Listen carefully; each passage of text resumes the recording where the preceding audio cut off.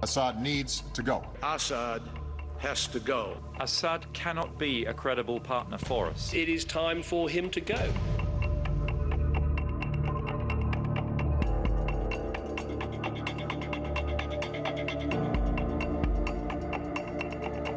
He definitely has to be part of the negotiations. Political resolution can only come about through negotiation.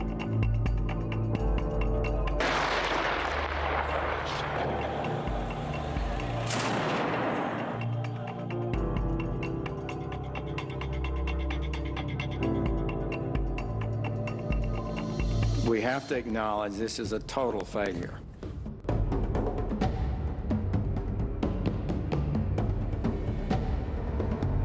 Let's not kid ourselves, that's a joke.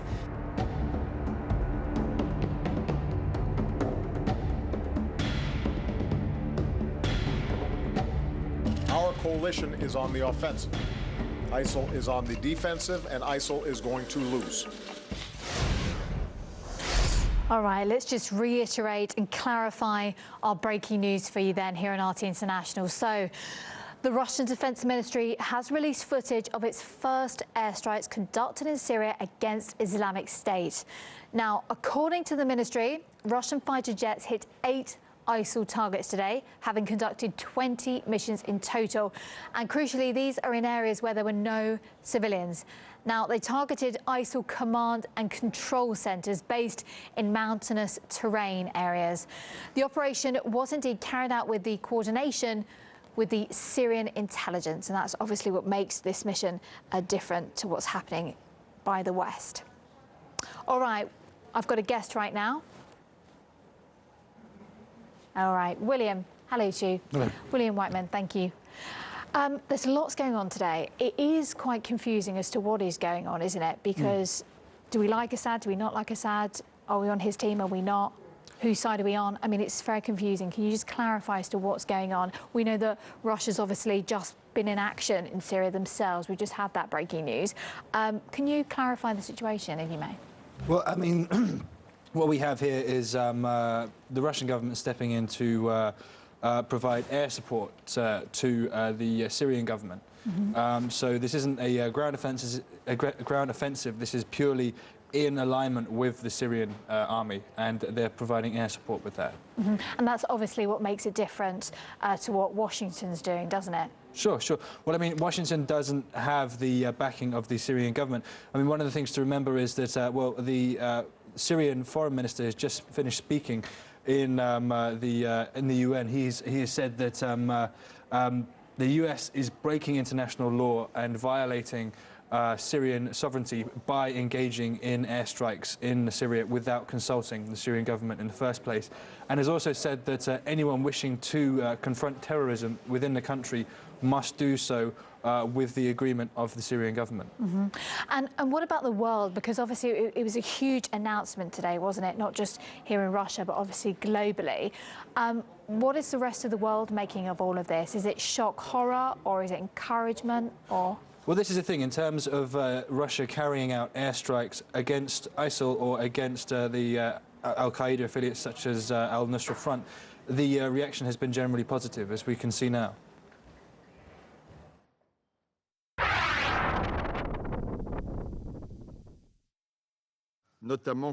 Russia has just submitted an outline of a resolution to the Security Council.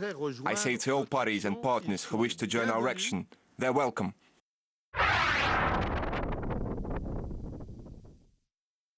We have to seek a feasible solution to the Middle East crisis, not to engage in empty talk.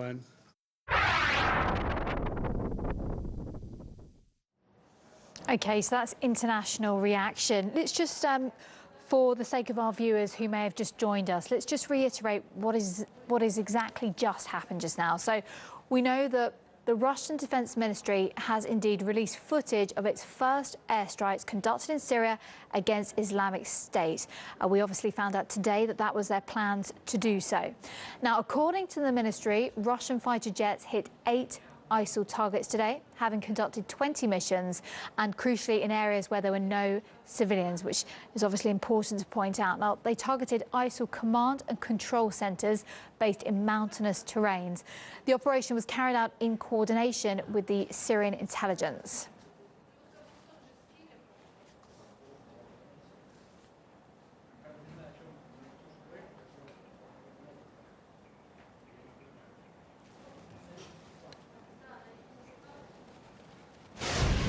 All right, let's talk about this just now with Igor Piskunov. Igor, it's been a big day, hasn't it? I mean, my goodness me.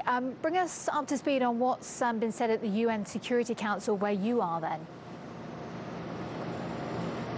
Well, really, events have been unfolding quite quickly, haven't they? Just a few days ago, President Putin was just talking about the possibility of Russia in some future aspect maybe joining the fight against Islamic State, of course with the approval of the Syrian authorities.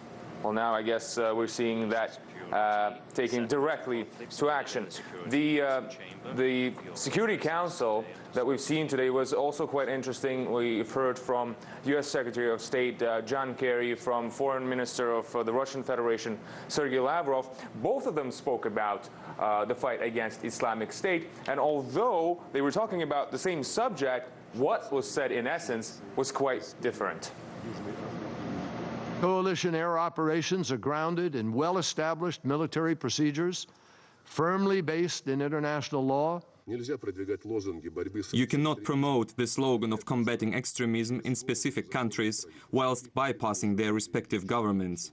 As you all know, such attempts were already made, and they led to no positive results. Interesting, but as Sergei Lavrov was talking, a U.S. representative at the UN, Samantha Power, didn't really seem that much interested. Perhaps she was more interested looking into her personal phone, but perhaps it's because the things that Russia's chief diplomat was talking about, perhaps these things were already discussed maybe at the meeting between both Presidents Obama and Putin at the General Assembly. We know they've been talking about possible ways of working together in the fight against Islamic State. But of course, it's their positions towards President Assad which are the biggest stumbling blocks. But as we're about to show you, the position of the West towards Assad and his government may have been shifting.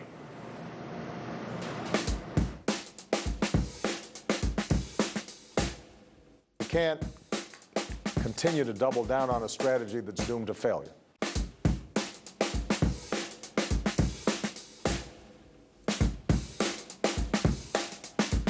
You need to have conversations with people, and you need to find the common ground.